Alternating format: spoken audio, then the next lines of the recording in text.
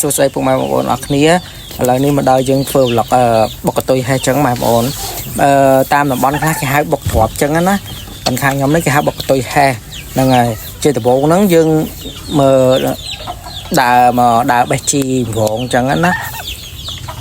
ហើយមួយថ្ងៃនេះភ្លៀងរហូតបងអូននៅភ្លៀងពីរថ្ងៃភ្លៀងជាប់ទាំងថ្ងៃទាំងយប់តោះមកយើងបេះទ្រាប់ញងនេះយើងបេះទ្រាប់ញងដាំខ្លួនឯងនៅក្បែរផ្ទះហ្នឹងមានទៅបានទៅទិញគេណាទេបងអូនអើយហ្នឹងហើយមើលនេះស្រែស្រូវយើងទឹកលិចអស់ហើយភ្លៀងមួយថ្ងៃនឹងភ្លៀងជាប់មេឃសតុំជាប់មេឃអត់ស្លាស់អត់អីសោះមួយថ្ងៃនឹងភ្លៀងតែភ្លៀងរហូតទៅណាក៏អត់កើតដែរតោះមកនឹងក៏យើងត្រូវការលាងបន្លែរបស់យើងនឹងលាងទ្រាប់ញងលាងជីនឹងលាងវាឲ្យស្អាតចំនួន2 3ទឹកចឹងណាបងអូនហ្នឹងហើយដើម្បីយើងយកមកធ្វើកតុយហេះរបស់យើងនឹងព្រោះអីមួយថ្ងៃហ្នឹងវាភ្លៀងពេកយកដល់ពេលចឹងអត់ដឹងថានឹកមកហូបអីចង់អីគាត់នឹកឃើញថាចង់បុកកតុយហេះចឹងបងអូនហ្នឹងហើយតោះមកនេះលាងរួចហើយទ្រាប់បន្លែរបស់យើងនឹងដាក់យើងលាងវាទៅ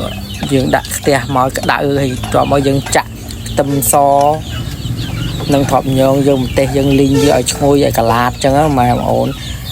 តើគេមានខ្ទឹមក្រហមមួយមុខទៀតហើយម្ទេសដឹងយើងដាក់តាមចំណង់ចំណូលចិត្តយើងចឹងណាប៉ុន្តែខ្ញុំអត់សូវប៉ិនម្ទេសទេព្រោះកាពះវៀនដល់ពេលចឹងទៅដាក់តាមក្របចឹងទៅហើយខ្ទឹមក្រហមក៏អត់មានដែរតបមកយើងក៏ដួសដាក់មកលើមកក៏យើងចាក់ខ្លាញ់បន្តិចដើម្បីយើងលីងប្រហុករបស់យើងចឹងណាប្រហុកយើងដាក់តែបន្តិចបានហើយលីងវាឲ្យឈ្ងុយឲ្យដាច់ទឹកចឹងទៅក៏យើងលើកចេញយើងមកធ្វើការអាំងឆ្អើតែឆ្អើយើងសាម្ដងទៀតព្រោះអីឆ្អើវាឲ្យយើងឈ្ងុយឲ្យវាស្រួយបន្តិចទៅព្រោះថាយើងក៏មកធ្វើការបុកទ្រាប់ញងយើងដែលយើងលីងរួចមួយខ្ទឹមមួយម្ទេសចឹងបុកវាឲ្យម៉ត់ចឹងទៅយើងដាក់ជាមួយប្រហុកដែលយើងឆាវាបន្តិចមុនហ្នឹងតោះមកយើងការបេះត្រីសាច់ត្រីឆ្អើយើងដាក់បុកចូលប៉ុន្តែកុំបុកម៉ត់ពេកបងអូនត្រីឆ្អើយើងគ្រាន់ញុំបានហើយតោះមកយើងថែម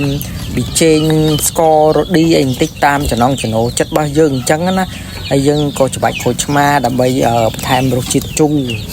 ព្រោះអាហ្នឹងគេត្រូវការរសជាតិជូរអែមប្រៃហឹរនិយាយរួមបើសិនជាបានហឹរខ្លាំង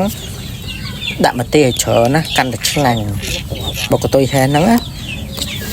រួចរាល់ហើយបងអូននេះឃើញអត់គឺគ្រឿងវាមានតែប៉ុណ្្នឹងហើយបើសិនជាតាមតំបន់ខ្លះគេក៏ដាក់ជាមួយនឹងជូរត្រួយ7អញ្ចឹងណាប៉ុន្តែខ្ញុំខ្ជិលបេះ